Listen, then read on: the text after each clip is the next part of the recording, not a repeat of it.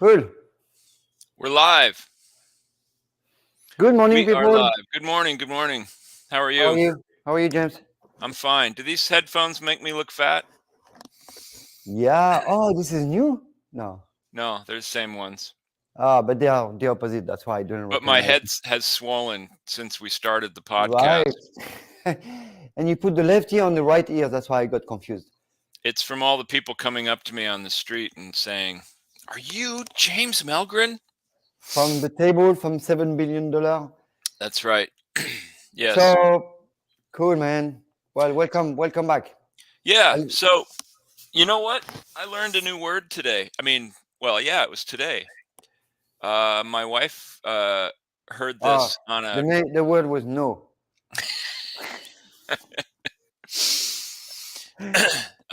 she was watching some food show. Actually, it was a woman in Paris going around, and I didn't see it really. I just saw snippets of it. But this woman was in Paris, and she was going around to bistros and pastry shops and talking about all the wonderful food in Paris, of which there is mucho.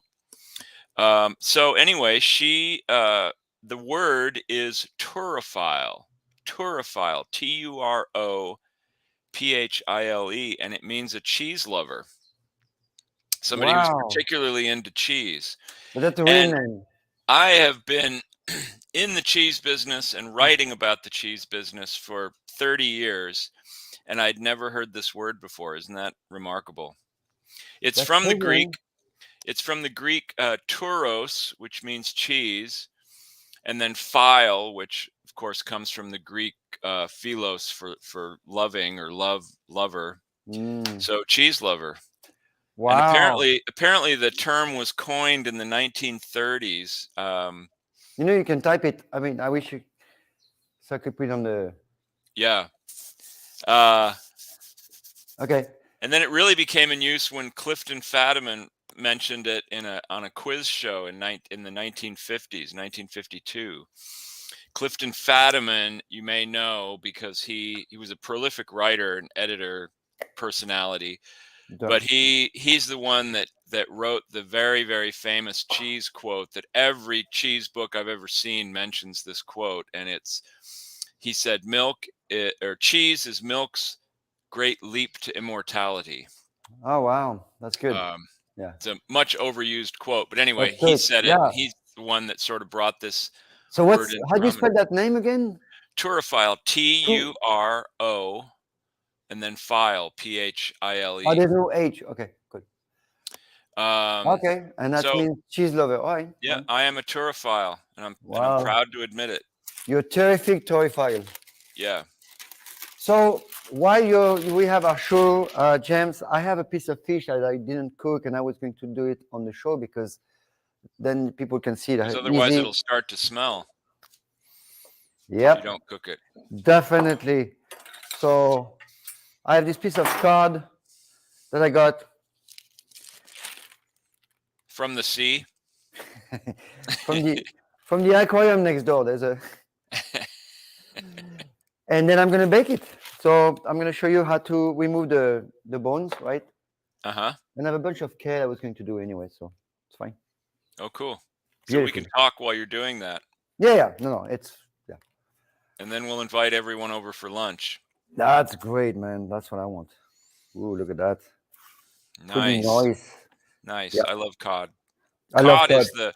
Cod is sort of the classic fish that people use to make fish and chips because Oh yeah, it and fries up so well. cod is a great fish. And you know what I did? I to keep it. I bought it a couple of days and I didn't do it. All I did is put some oil, so it doesn't go bad.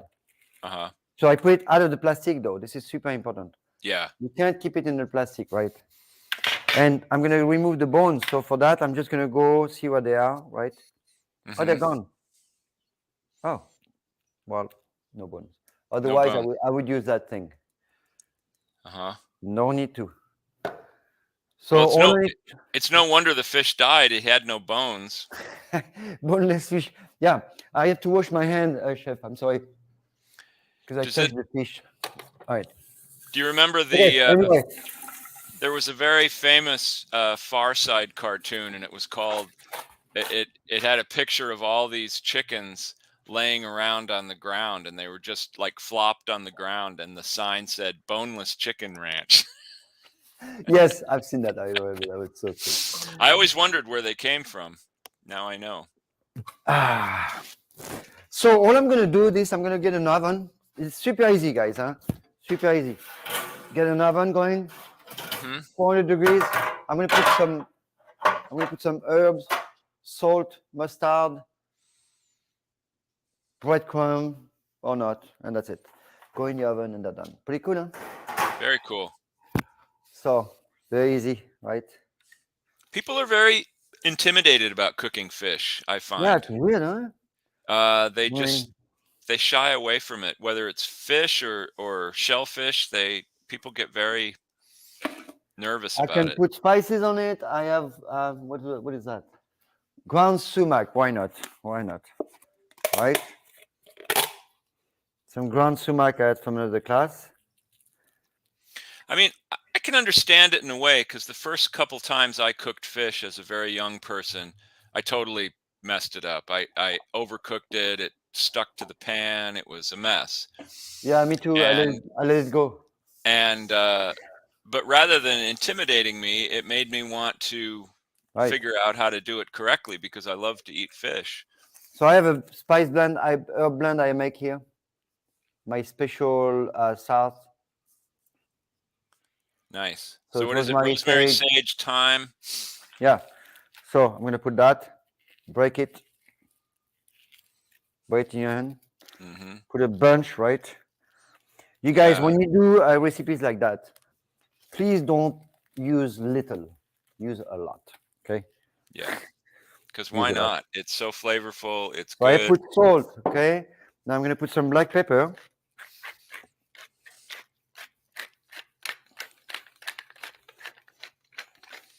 Mm.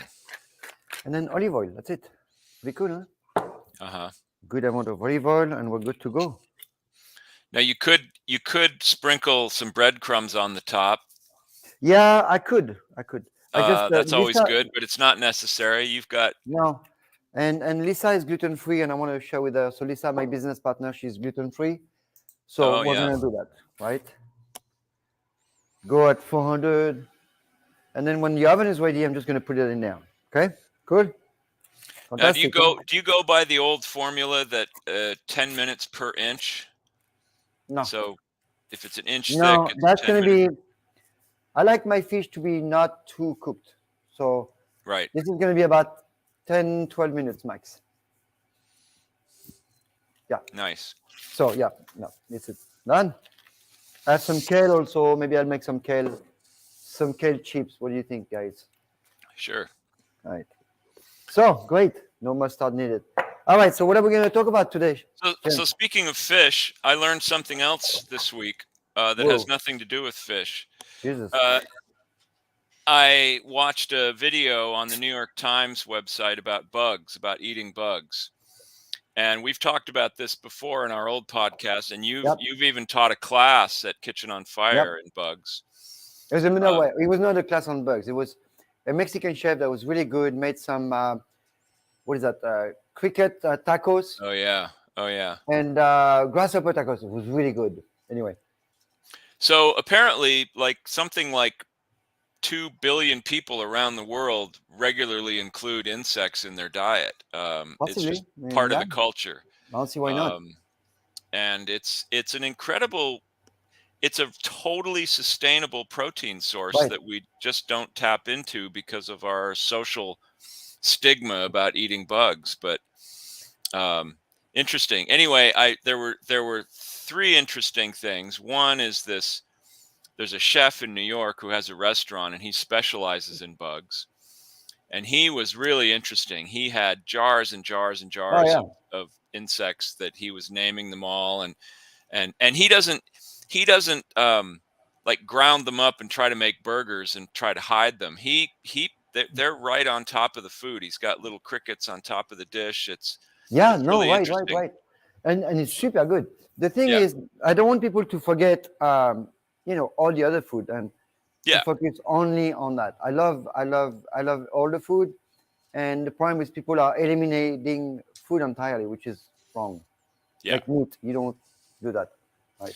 Anyway. Well, they showed another guy who's in, I think, I forget where he is, but he had a huge place that looked like a greenhouse. It was one of those out in a field, and it was a white low building, and inside were just hundreds and hundreds and hundreds of these cardboard grids Oh with yeah, little right. little pockets, and they were just full of crickets, and the crickets Yeah. were hopping all over the place. It No, was it's pretty great. wild. It's a great food. It's very, very complete. It's really good food. It's And then just, and then there's another guy in London, Ontario, who is the CEO of this company. They're building something like 60,000 square foot wow, building. It's like 4 or 5 stories, and it's going to be a complete computerized, state of the art bug growing. And I think wow, crickets is their specialty. But crazy. it's going to be, so everything's like the temperatures, the humidity, Yeah, everything is right, right, right. computer controlled, and they're going to just produce, billions of crickets. Crazy, huh? Interesting. The last fancy food show I went to, which was here in San Yeah, Francisco, right, right. it was the January right before COVID started. There were at least 4 companies there that had Wow, cricket products, and I tasted them all. They were wow. wonderful. Some of Yeah, them, no, it's a some good. of them were like ground up. It was like powders. Some of them were just like Yep, crickets yep, yep. fried and It's whatever. really good. It's Yeah, also tasty. I mean, really tasty. Once you get past but I would rather eat that than fake meat. So yeah, me too. definitely, Me and too. fake anything. So Yeah, really, yeah. no, I it's a good mean, idea. in my mind, it's never gonna replace beef and chicken and pork, because I love those things, and they can too be raised sustainably if we really Yeah, try. yeah, But I think it's a good supplement to yeah. No, it's for a great. lot of It's great. people, No, especially so people that don't have a lot of money. I mean, it's and it's fun and it's very nutritive. So there's a lot of there's only good points to eating insects for sure. I just don't want yeah, to eat only that. I want to eat a variety of things like I always do. That's what's important. yeah, But I would not discount those for sure. Absolutely, and I love it. It's really good. yeah. The problem with a lot of food police is that they want to ban everything. They want to say, well, meat is meat, because food production does contribute about 25% to the whole impact on the environment, and so we do need to change, not necessarily how we eat, but how we produce food. Yeah. And the trouble with a lot of the vegetarians and vegans is they want to just throw out meat completely, Oh yeah. which No, would also be kind of an ecological it's disaster. stupid. It's stupid, and it makes no sense at all. And they have no clue on science, and I'm tired of it. Yeah. So I am making some kale. Maybe I'll make some kale chips. So I'm just getting those stems out just like that, right? Super Uh-huh. easy. And I'm gonna. This is super easy, guys. I'm just removing the stem, right? You see? Uh-huh. And I'm gonna chop that, and I'm gonna put that in the oven with a bunch of oil and salt. That's it. Good. Ooh, there's something I really like to do with those guys. Actually, is use nutritional yeast. Have you ever used that? Yeah. Nutrition is so good, and that's good for vegan people if they want to get their B12 and some of the nutrients. Mm-hmm. Nutrient, what is this?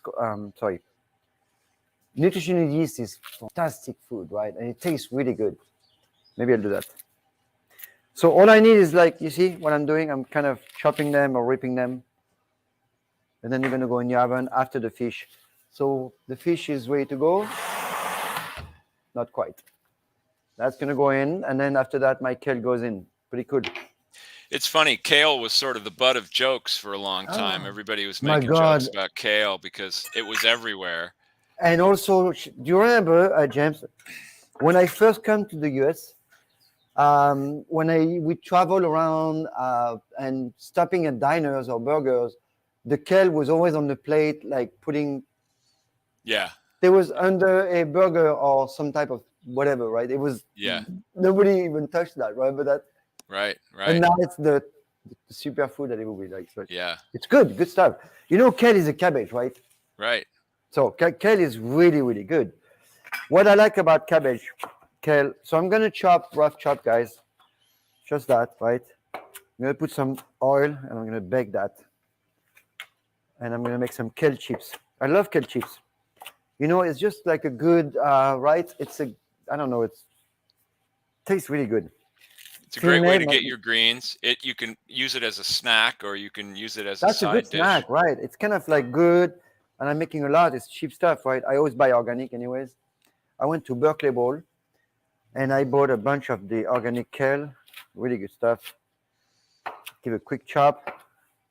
I'm gonna put that back into my bowl, and I'm gonna go look for some nutritional yeast, and that's it. Or Parmesan. I can put Parmesan. Actually, Parmesan. Let's do Parmesan. Right. Since we're talking about cheese. Oh, we're talking about cheese today. That's right. Yeah. So yeah, James, I think we should go back to talking about some of the cheese stuff we used to, because people haven't seen it for a long time. So I wanted I'm I gonna. wanted to I wanted to talk a little bit about how the different cheeses became what they were. Like, Okay. Are you? Do you have anything for me on Parmesan today? yeah, Because I'm gonna go get some Parmesan in a little bit, okay. and maybe we can discuss why it's so fun, right?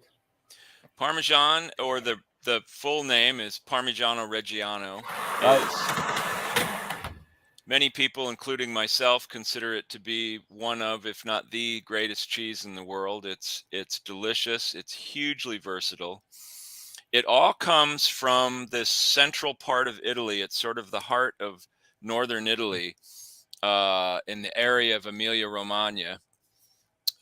It's so named because it was made in two regions, Reggio and Emilia. I mean, Reggio and Parma. And it had two separate names up until the 50s, when they formed a consortium to govern and protect the cheese. So then they joined the name and it became Parmigiano Reggiano.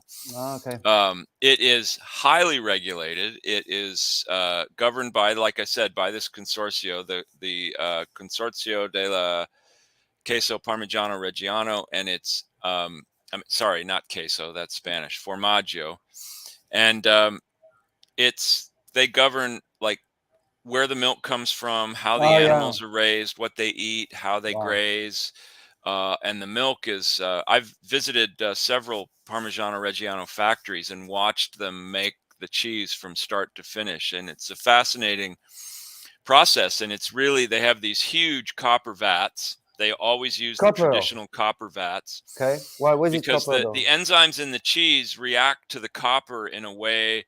It's similar to like beating eggs in a copper bowl. It reacts to the copper, and it creates this whole chemical reaction. Right. Right. So they first heat the cheese, they slightly cook it.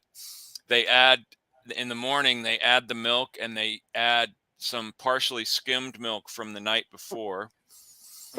Anyway, these huge vats of milk, each one makes two cheeses, Wow. because Ah. they're huge Wow. cheeses. It's a wheel. Yeah, it's a wheel. And it they age them anywhere from, I mean, the minimum they age them is 12 months, and they can be aged up to 3 years, sometimes more in some cases. I've had pieces of Parmesan that were 4 years old and were Right. fantastic. So um as the cheese, just a quick note, as the cheese ages, it loses moisture, so it gets harder yep, and harder. yep, It's like evaporate. You can imagine something getting stronger and stronger. Any cheese can be aged. Just yeah. and breathe as a doesn't. res- and as a Right. result, it becomes much more complex, so Yeah. the flavor changes over the time that it ages, until it it goes from very fresh tasting to these very caramelly and nutty, fruity tasting cheeses. Yeah. um, it's really, really old. It's been made for at least 800 years in that area, virtually the same way for 800 years. I mean, it's not that old when you think about it. When you think how old is cheese, Yeah, like cheese is really old, right? I mean, right. it's so it's Yeah, cheese in the Middle East and North Africa goes back thousands of years. right And because you could see, yeah, but we're talking about mostly really pretty fresh cheeses, and really crude, like curd cheeses and things like mozzarella and yogurt. Yogurt is Mm. kind of a type of cheese. It's made in a Right. similar way, but it's very fresh.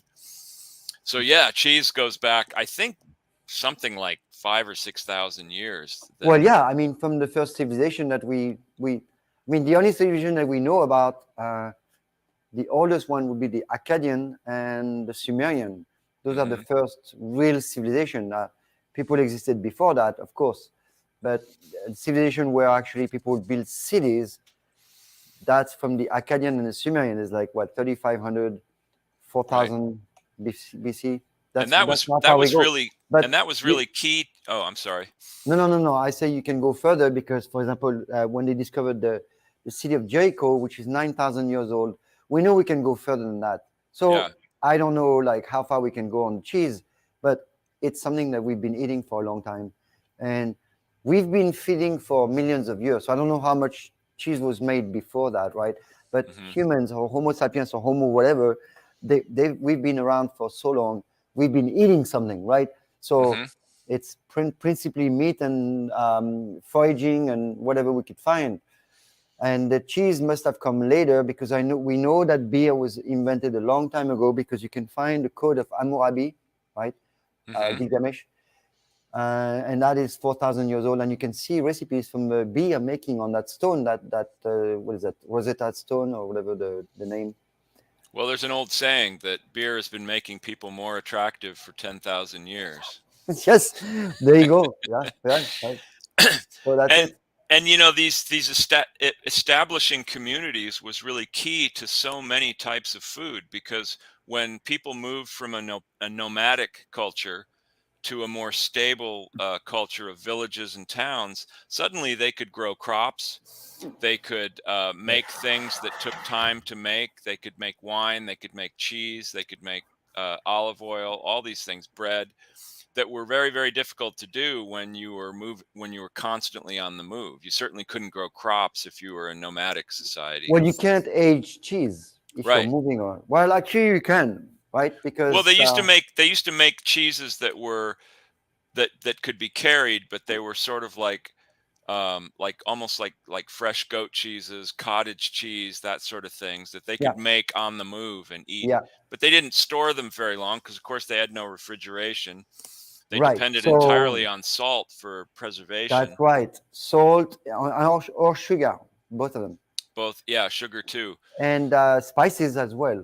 hmm So all kind of preservative was already used by the old people, the ancient people, and they were traveling a lot. So we have to think of like this is meal for traveling.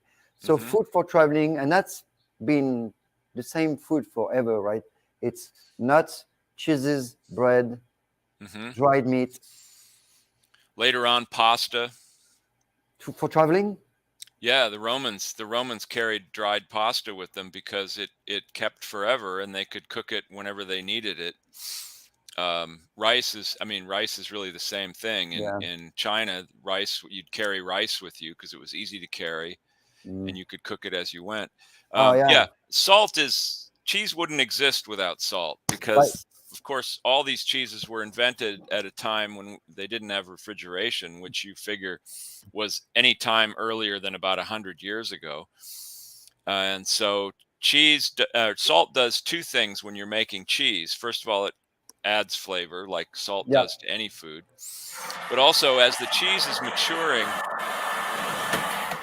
the salt it helps draw moisture out from the surface of the cheese, and so it helps form a rind around the cheese, which ultimately serves to protect the cheese. Right. So basically, James, what James is saying is also to remember that you just said that it's extracting the water out of the Right, cheese.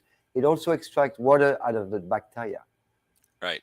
So that's Water how. is the water is the biggest enemy to food when it comes to anything that's going to be aged for any period of time. Yeah. Just like water damage to your house can be so Right. invasive, Mold. It's the same with food. Right. Water is a perfect environment for bacteria to grow. So when something's really moist, Yeah. that's why a Yeah. fresh cheese, or indeed milk, doesn't last very long. You buy a bottle of milk, it lasts for 2 or 3 days, and that's it. And if you didn't have refrigeration, it wouldn't even last that long. Well, milk. lasts longer, the better quality it is. So if you buy raw Sure. milk, the difference between raw milk and pasteurized milk is pasteurized milk after 5 days or 4 days it becomes petrified, right? Mm-hmm. Right. As a raw milk will become sour in a good way. Right. Like it will become something else that you can use. You see the Right. difference? So that's the main difference. The milk is, so I have a good, let me get my Parmesan, Okay. and I want to show you a milk that I like. Parmigiano Reggiano is a Grana I don't know style what I cheese. have. I think I have a chef. I have a Gran Padano. Do you know this Oh, guy? Grana. Well, that's what I was just about to say. It's a Grana style cheese, which also includes Grana Padano and other Grana type cheeses that don't even really have name protection. And what that means, Grana refers to the granular texture of the cheese. Right. And in the case of Grana Padano, the Padano refers to the Po Valley, which is where the cheese is That's from. how I keep my cheese. Kind Nice. of not really tight, right? Mm-hmm. Kind of loose. This is a pecorino. Pecorino. This is a Parmesan and Parmesan. You see, I keep them kind of loose, right? And Yeah, this is fine. Don't worry about this. that is fine. That just can come It's right off. okay. If that bothers you, just shave it. That's all. Now, one day we'll show how to keep cheeses for an even longer period of time. Now, I always tell people, don't buy more cheese than you're going to need for 2 or 3 days. You won't have to worry about how you store it. Oh, this is But a Reggiano. Sorry. yeah, it is Oh, Reggiano. this is Reggiano. Right. And okay, so I'm gonna use that. But see how I keep them kind of loose, right? It doesn't Right. matter. They're Right. fine. Not tight. Not tight. Not tight. Kind of loose. Yeah, you have to So they remember don't. that They don't. cheese is still a living thing. It's a Yeah, living, exactly. Right. breathing organism. So you want it to be able to breathe, to expel moisture. You don't want to trap. The worst thing to do is to wrap a cheese tight for a long period of time and trap that moisture inside, because the cheese is going to go bad. It's going to rot. It's gonna build up bacteria, and And don't forget your fish. don't forget your fish. Yeah, how's that Oh, fish dude. doing? Oh my God. The fish is not. The oven was not super hot. I'm gonna show you what it looks like. Oh, actually, I can put some Parmesan on. Whoa, look at that. Done. Wow. It's all done. Look at this. The fish flakes. Perfect. Nice. Ooh, Very nice. look at that. So beautiful. Nice. That's Beautiful making me olive hungry. oil. This is ready to go. It took 10 minutes. Beautiful. Thank you, for the. Thank God for this. Now Here. that's a good lesson. If somebody came home, say they work all day, they work 9 to 5, they come home from work, they could have that fish on the table in Oh yeah. a No, very that's short time. absolutely. Now I'm going to do the kale. So for the kale, the oven is still at. I'm going to reduce my oven to 400, maybe 350. And what I'm going to do is I'm going to put a couple of trays in there to preheat them.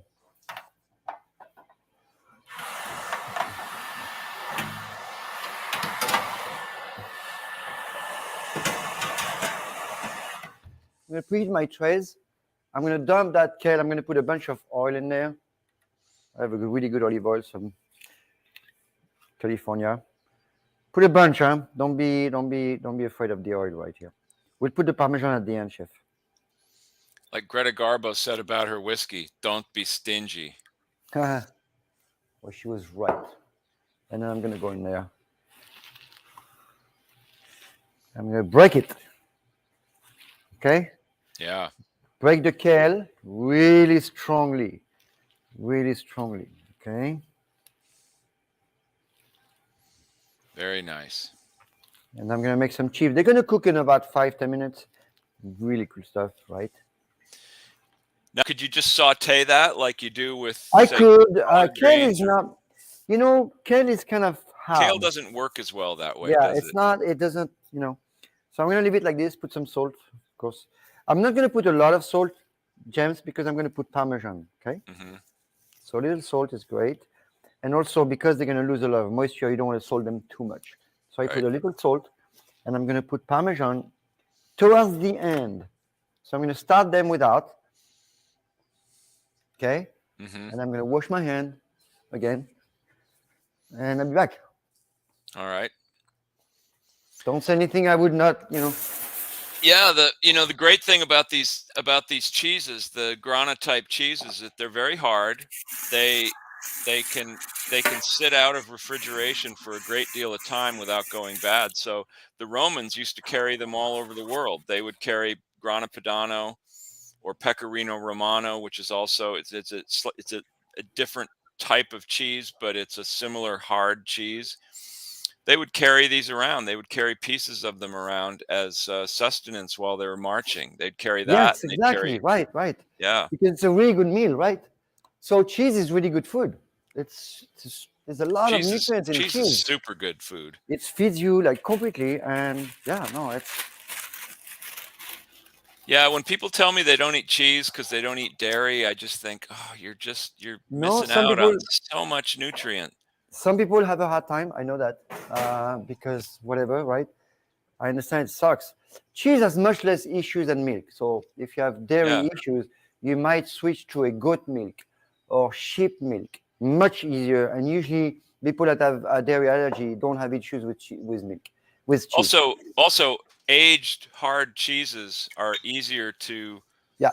digest than There's no more fresh lactose. cheeses because they have a lot less lactose. They have less milk. It's been, Almost none. Almost none. yeah. You lose a lot of the lactose in the cheese making process because the lactose goes out with the whey. You separate the curds and the whey. Let me show you a good milk I have. Oh yeah. This is really good. So what you see here is called Jersey's cows. You see that? Hmm.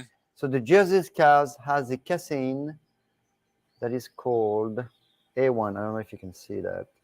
Jersey Yeah, cows are A2 very protein. popular because they produce a lot of milk and they produce a really good fatty Can milk you that's can you really see good that for, what it says? not really. Sorry, A2 protein. Can you read that? No. It's an A2 casein. So basically, what it means is Let me see. Can I read that? Let me put my A2 glasses. protein. No, Oh line yeah, number A2 two. protein. Okay, Cows that's never your treated with. casein. Okay, so the Yeah. casein on this milk is much less inflammatory. So in most of the cows that you can find here, they have A1 casein, which is inflammatory for a lot of people, right? This one, it's A2. It's more expensive. You can find that in Alexander Valley. That Alexander Valley, that beautiful milk. This one Hmm. too, it's A2 casein. So when you see that, it's much less inflammatory. So this is much more pricey, right? Because this is Where do you about, buy that? Berkeley Bowl? yeah, Berkeley Bowl, Monterey Market. Beautiful. This is a real milk, like really good stuff Yeah. with lots of fat. And look at this, how super creamy. Ooh. Yeah. Don't buy skim milk. Don't buy low fat milk. It's a myth that's been perpetrated on the Yeah. consumers that it's somehow better for you. Um, and if you're worried about the fat, just don't eat as much. I mean, you don't really need to be drinking Why are you fresh worried about milk the fat? anyway. What's wrong with the fat? Fat is it's very important. Yeah. Okay, we have to remember how we were eating in the old days, right? We were eating behind the hyenas. So the animal, the big predators will go and kill the animal, eat the most of the fat. Then the hyenas would come, eat the protein, and then as us, we come behind that and we'll break the bone to eat the bone marrow, Yeah. whatever's left over, right? So that's how we used to eat. All right, so I'm going to start too with my preheated trays. I'm going to pull one at a time and go. If you got a preheated tray, it's going to go faster. It's going to be much faster. See, I can hear the sizzling already. It's really cool. Nice. Wow. Yeah, I get a lot of customers at Cesar that when they want a coffee after dinner, they say, "I'll have a cappuccino. Do you have low-fat milk or non-fat milk?" And I say, No, "No, we fuck. only I have." mean, this is crazy. No. It's such it. People are so misguided. They've been sold this by. Chef, I'm gonna put some Parmesan, okay? Okay, this I'm is gonna the do one ultimate with grating Parmesan, cheese. one with Parmesan, and the other one without. And we'll see what happens. The one with Parmesan's going to taste better. We're gonna eat the one with the Parmesan. That's what's gonna happen. All right, go bye. Boom. Bye bye. Out. Hot tray. 325. Ow. Jesus. Hot stuff. When I bring paellas to a table, we always warn them to be careful because it's very, very hot. They come right out of the oven and they're very hot. And so Yeah, a couple times I've accidentally touched it and burned myself. And I know, right? I always say, I like to demonstrate how hot it is. So All right, that's it. Okay, it was salt, a little black pepper. Why not? you could also grate other kinds of cheese on there. You could grate, Yeah, like we said, Grana Padano. You could grate Pecorino Romano. Any hard cheese, hard hard cheese though, sheep's right? milk cheeses. What? Hard cheese though, right? Yeah. Hard, yeah.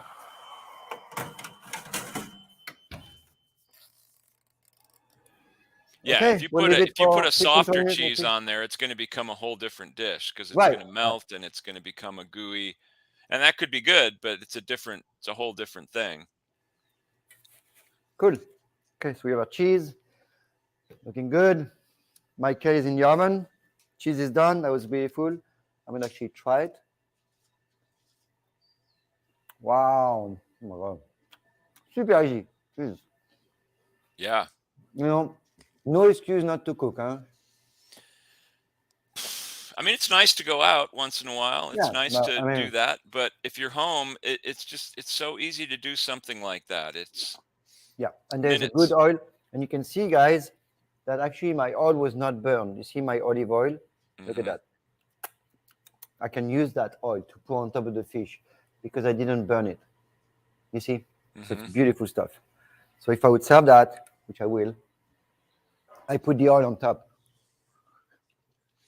You could literally stop at the market on the way home, buy that fish, come home, and you could have dinner on the table, including a salad or whatever you're going to have with it Yeah. in I mean, look at this. minutes. I mean, if you're going to cook some rice or something to go with it, that you could have dinner in half an hour. It's true. Wow. Great. Look at that. So cool. See, I would cook some orange basmati with that. Orange basmati? Yeah, what I do is I take some orange zest and I mix it Oh in yeah. with the basmati when I'm sautéing it to begin with, and then Look at so this it gives fish. this lovely perfume to it. That's a beautiful looking Yeah. plate of fish. The simplicity is good. Yeah. That's what is good, right? Super easy. Okay. So Cool. I've several times I have stood in a aging warehouse in Italy with towers and towers and towers of wheels of Parmigiano Oh Reggiano wow. aging. And it's a really interesting process because the guy that runs the maturing house, there's a guy that comes through and he checks every cheese every week. He Oh takes yeah. it off, he puts it on this bench, this little pedestal that's So James, can I stop you? What yeah. can you go from the beginning? I mean, why not tell the process? You've been there. So how do you start with like milk, obviously, right? Well, like I said, you start with the morning milk and then you add to that some partially skimmed milk from the night before that's just been sitting. So it's already starting to be affected by the natural yeasts that are in the air. And then to that, they add the rennet and they put it in these big vats. They heat it up. It begins to heat. They add the So cultures. what is the rennet?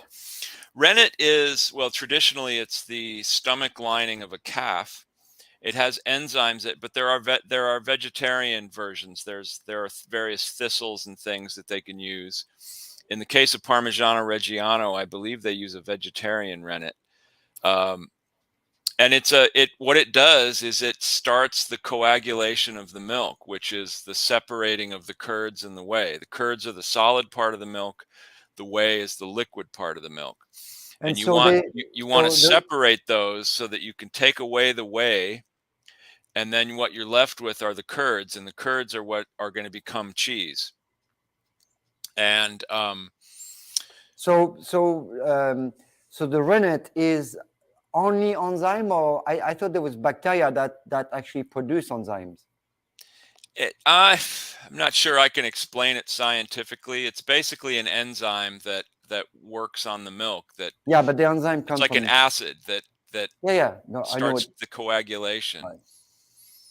So it's a really interesting process when they're cooking the milk in these vats, because the guys come through, and when it's been there long enough to where the curds start to gather together, so there's this massive ball in the thing, and these guys come and they have cheesecloth and they put it around this ball, Oh and they yeah. pick it up, and then they tie it to this big wood Right. bar. It looks like an oar, and they put it on the side of the thing, so it's still in the whey, but it's all contained in this cheesecloth.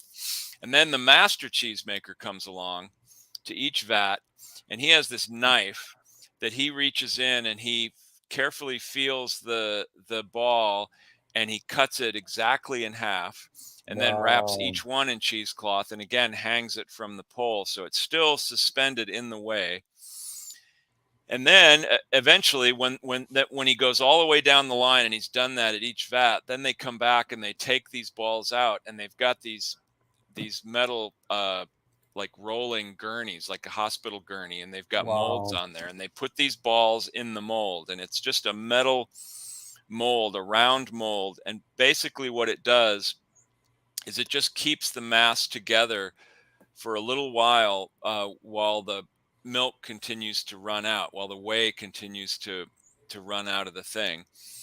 And so they get them all in these molds. These are just temporary molds. They get them all in these molds, and then they take them to another room, and then they've got the molds that are going to really create the cheese. And these are molds that are shaped. They're a concave outer surface, and today they're mostly made of plastic, and they put them around it. And inside, or no, they're metal, but inside there's a plastic band that has relief on it. It's got this little pinpoint design that you see on the surface of Parmigiano Reggiano, and it also has things like it has the number of the cheese Oh yeah. factory, Right. it has the date, it has Oh all this yeah. information, and that's all on this inner mold. So when the Yeah. I cheese think I've seen. expands, Yeah, yeah, I've seen the some of them. How you can see the wording still. yeah. No, not here. Okay. So then and then they salt the cheese, and the cheese stays in these molds for not very long, a few hours, and it basically until it sets up enough so that they can remove the mold, and then they all go into a salt bath. They've got these huge concrete troughs just full of salt water.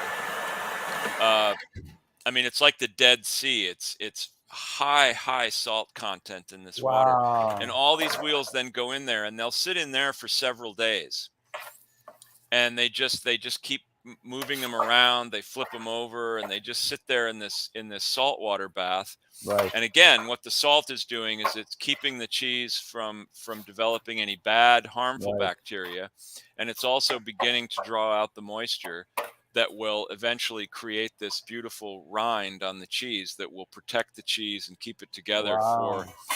for the months or years that it sits in the aging room. So, chef, quickly, this is almost done. It's kind of almost dry.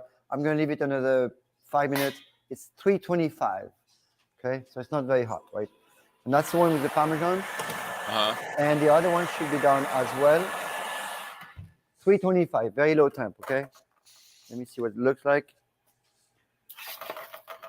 Yep, I think I'm done here. And what I do with the chips, I like to stop here. It's some are a little wet. I like to mix it up together, right? So some are dry, some are wet. And I'm just going to put it in the oven and let it sit in there. Off. So I'm going to put it back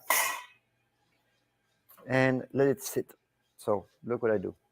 Put it back in there. You're going to put it in there and then turn the oven off? Exactly. I'm gonna leave it a couple of minutes, shut it off, let it sit, and it's ready in 10 minutes. Cool, huh? So they're going to be crunchy. Yes, I want them to be cheap, but I also want them to break. If you cook Mm-hmm. them too hard, they just keep that.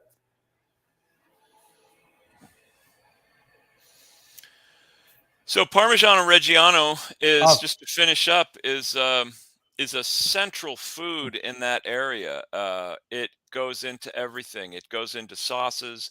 It goes into the famous pasta. That area is really famous for their fresh pasta, and particularly for their filled pastas like ravioli and tortellinis and things. And so there's always Parmigiano Reggiano in there. There's so many things you can do with it. You can make you can take it and grate it and put it on a little silicone mat and put it in the oven, and they crisp up into like little crackers. Oh yeah, right. Um, Super fast. really fast. Like Yeah. really fast. Yeah. So no, I'm not gonna demo because my oven is off now. But Yeah. next time we'll do a little. Let's do that next time. Yeah. Let's do the little. How do you call those? Crisp. Yeah. Little cheese crisps. It's Little super Parmesan. easy. Yeah. They take no time at all, like 5 minutes maybe. Yeah. 7 It's a minutes. great thing to have with a glass of wine at cocktail hour or And mochi. beer. You can put mochi on it. Oh yeah. Oh Mochi. yeah, cheese on cheese. Right. I wanted to ask you something also. So you should keep the rind, chef, right? Yeah. Yep. What do you do with that? Well, a lot of people use it in soup. You just collect the rinds, and when you're making a pot of soup, you throw the rind in, and it's almost like you would add a ham bone to something. So it's a great way to add flavor to a vegetarian Oh my soup. God, so much flavor. Because there's a lot of flavor left in that rind, and and it'll cook, and you just throw it out when it's done, but it just So cooks and gooey it and adds stuff. flavor. And when I make a minestrone and I put that in there, the minestrone tastes really, really special. That's true. That's really, really good. It's a great cheese. I like to eat it right out of hand. I typically will put the Parmigiano out when I'm cooking because I want it to come to room temperature, and I just break off pieces and eat them while I'm cooking, just as a snack with a glass of wine. And then when it's time to use it, it's gone, right? Yeah. That's why you buy big It's gone piece. with the wine. Buy a really big piece. But right. it's the kind of cheese that you just always want to have. I mean, we always have Parmesan and chef, Reggiano. it keeps pretty well, right? Oh yeah. It doesn't go bad. So if it dries out, it doesn't matter. You just use it for grating. James, I want to talk about something fun that we both talk about with our students, or at least my student and you with your customers that you had at Din De Luca, is when people were asking you if the cheese was bad or the vinegar was bad, right? Right. So I think we have the same experience. What do you say to them? Say it's already bad. That's the whole point. It's milk gone bad. It's wine gone bad. It's So my vinegar, people were like, well, there's stuff in the bottom. It's all weird, right? Yeah. It's like the vinegar is bad. I'm like, yeah, I know, and that's why I'm paying. That's why I'm paying that money, right? I want that. People have made it bad for me. I don't have to do it, right? My friend Steve Jenkins, who's a real knowledgeable cheese person, and we've had him on the show. We had him on the old show. He likes to call it cheese is a matter of controlled spoilage. Oh yeah, right. You know, you're purposely letting this milk go bad, but you're controlling the environment that it's happening in, so that you can create something really good and flavorful and well, that's healthy. the thing. Microbes have enabled us to eat a lot of things, and that would include wheat, we could not eat that until we figure out how to ferment it and make bread with that. Yeah. And milk was very hard for us to digest until we were able to do the cheese. And that goes for a lot of things. Like, for example, in the old days, cabbage was really, really hard to digest. It's very poisonous because there's a bunch of stuff in there that are not good for you. Cabbage is fantastic today, because it's a cultivar. It's a kind of they made it so it's you can eat it, right? But Hmm. the original cabbage was very, very strong and kind of poisonous, and we were able to ferment it with kimchi or some stuff or sauerkraut. That's Right. how we came to all this. So you have to understand that microbes have been very, very important for us, and we We are couldn't exist without them. right. We And literally could not exist without all these little yeah, we microscopic have a bunch organisms. in our bodies already. So this Yeah, is really important for people to understand, not to be too afraid of microbes. And then when you sanitize everything with what's happening right now, you're going to get more sick because you have no protection. So you have to be careful with your sanitation everywhere. And you have to make sure you have a good microbiome, you eat good food, you don't eat processed food. So your microbes are really well fed. And if they're well fed, they'll protect you, right? They don't want to go away. that's why when you eat things like really good yogurt, Right. things like kimchi and sauerkraut, all these any kind of pickled food, it it it adds to that layer of microbes in your body, and it helps your digestion. It I helps keep know. you healthy. Exactly. It's really good. That's Now, when they talk about probiotic. That's what they're talking about. well, There's because your guts are the center of your immune system, not the Mhm. center like center, brain center. It's where all the immune cells are being made. So Right. 70% to 80% of your immune come from the guts. So if that is not well fed, you have no immune system. That's pretty clear. It's very simple. It's very simple, but people don't believe of simplicity. They think there's way more complicated. No. If you don't eat properly, you'll get sick. If you eat well, you get protection. I mean, it's That's why like it's also why it's important, and doctors will always tell you to eat probiotic foods when you're taking antibiotics, yeah, because antibiotics, as the name suggests, it kills life, it kills yeah, germs, yeah. but it also kills a lot of essential germs. So you want to replace all that, and that's Great. why people sometimes don't feel well when they take antibiotics, because they're not replacing Right. all those microbes in their gut. Done. Leave it dry in there. Yeah. My cat is done. We have 5 more minutes or 7 more minutes. So we're done with the cheese. What goes well with the cheese I'll quickly? I never know. be done with cheese. No, I know exactly. Um, what is the best thing that goes with cheese? For me, is saucisson, ham Yeah. or charcuterie, Yeah. and Any kind of cured meats, ham, and and let's also let olives. yeah. Also, I was going to point out, olives are a great example of a food that was absolutely worthless to us until we figured out how to cure them. Because you can't eat an olive off a tree. It's literally inedible. It's got poisons in it. It's, first of all, it's super hard. It wouldn't taste good, and it would make you ill. And so, and Uh, who was the guy who says, "I didn't know olives were sick, and we had to cure them, right?" Or yeah, like the ham. right.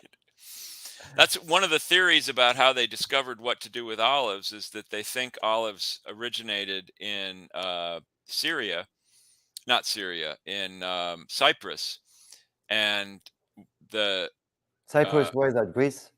I yeah, mean, it's a Mediterranean, right? yeah, and the olive trees would grow near the seacoast, and there'd be these little tide pools that would form, and of Hmm. course they're full of salt water because it's seawater, Ah, and the olives would ripen and they would oh fall off the wow, trees and they'd fall into these tide pools.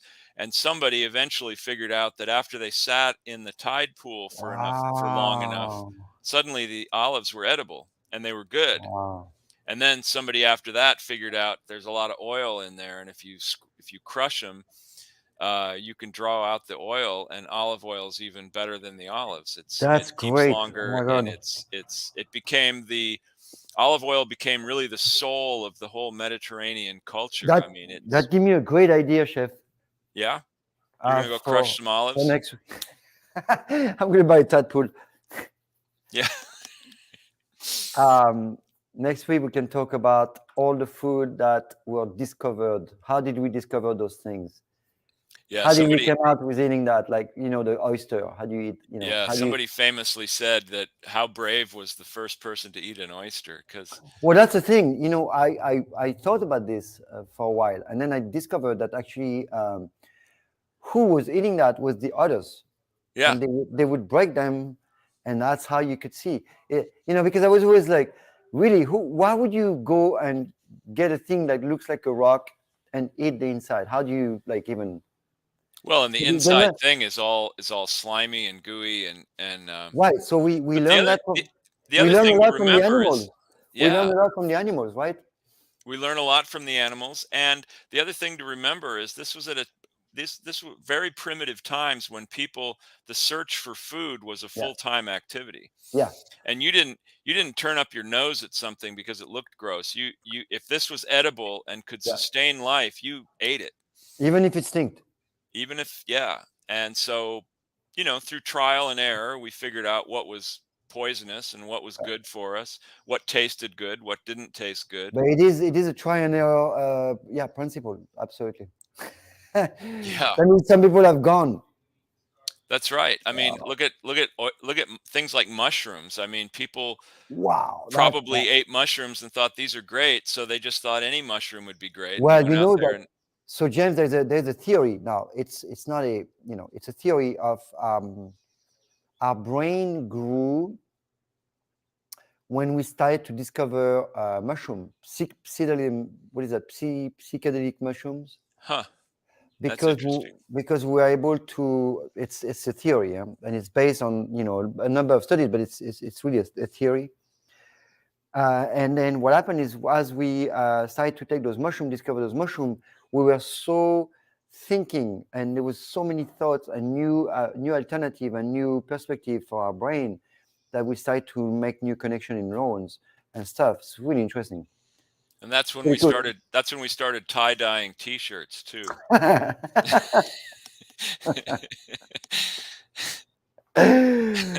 All right, 3 more minutes. What's the okay? So let's talk about uh, Let quickly pairing cheese and charcuterie. Great. ch- Nuts cheese are and great. charcuterie, nuts are really good with Right? cheese. Fruit is really good with cheese. Dried fruit, fresh fruit, fruit pastes.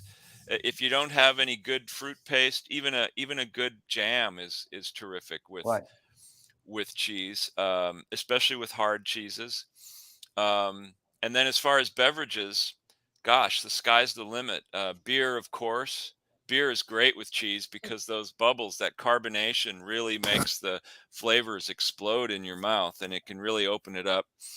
Wine, of course, Wine, yeah, is right. for thousands of years, wine has been Sweet paired wine with in some cheese. cases, like you can actually have fun with like a little sauterne or some muscat or Right. whatever. It's a fun. It's cheese has There's so many flavors, and you can really have fun.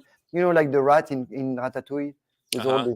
all these crazy flavors, right? That's There's really no bad choices when it comes to pairing beverages with cheese. The only one that doesn't work is plain water. Plain water just doesn't go well with cheese. So if you don't want to drink alcohol and you just want to drink water, at least make it sparkling water and put a little citrus in it. Just mm, squeeze a piece of Nicolas Cage. lemon into it, and that'll just transform it. And then it does go with cheese. It's Great. fine with cheese. You want a Yeah. little bit of that acid in there.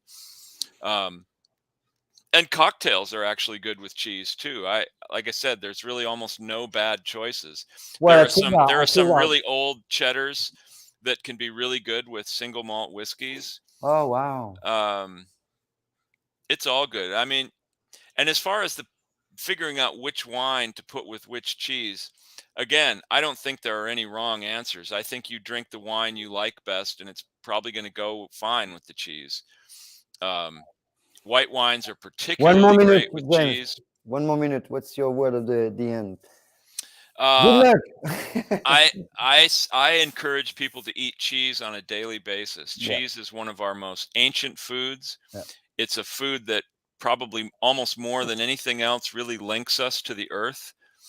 Um, and Uh, it's highly, highly nutritious. Now, I'm yeah. talking about good cheese. I'm not Yeah. talking about big blocks Processed of cheese. So processed processed cheese cheese. is we're going to talk more about cheese anyway for the whole podcast, because Yeah, James is a very very crazy about cheeses, and maybe next week we'll talk about the nutrients that's in the cheese. Why is it so good for you?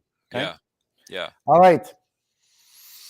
Well, that was man, that was a quick one. We did a good fish, a good cod. That cod is from Pacific, from Alaska. I'm sorry, not from Atlantic. and we can talk about this also another time. But I tend to not buy fish from Atlantic. This is me. Because it's 3,000 miles away and we have an ocean that we could almost throw a rock from here and hit. So, and also I don't think it's as good. It's more polluted, but we can. I'm yeah. sure there's Well, the Pacific is much colder, right. and it's polluted too, but not to the same extent. It's much bigger, first of all. The Atlantic's probably deeper. The deepest part of the oceans are probably in the Right. Atlantic. All right, James. But that's a whole nother story. Yep. So, Well, guys, thanks for joining us today, Olive. Thank you. thank you, James. Good to Thanks see you for again.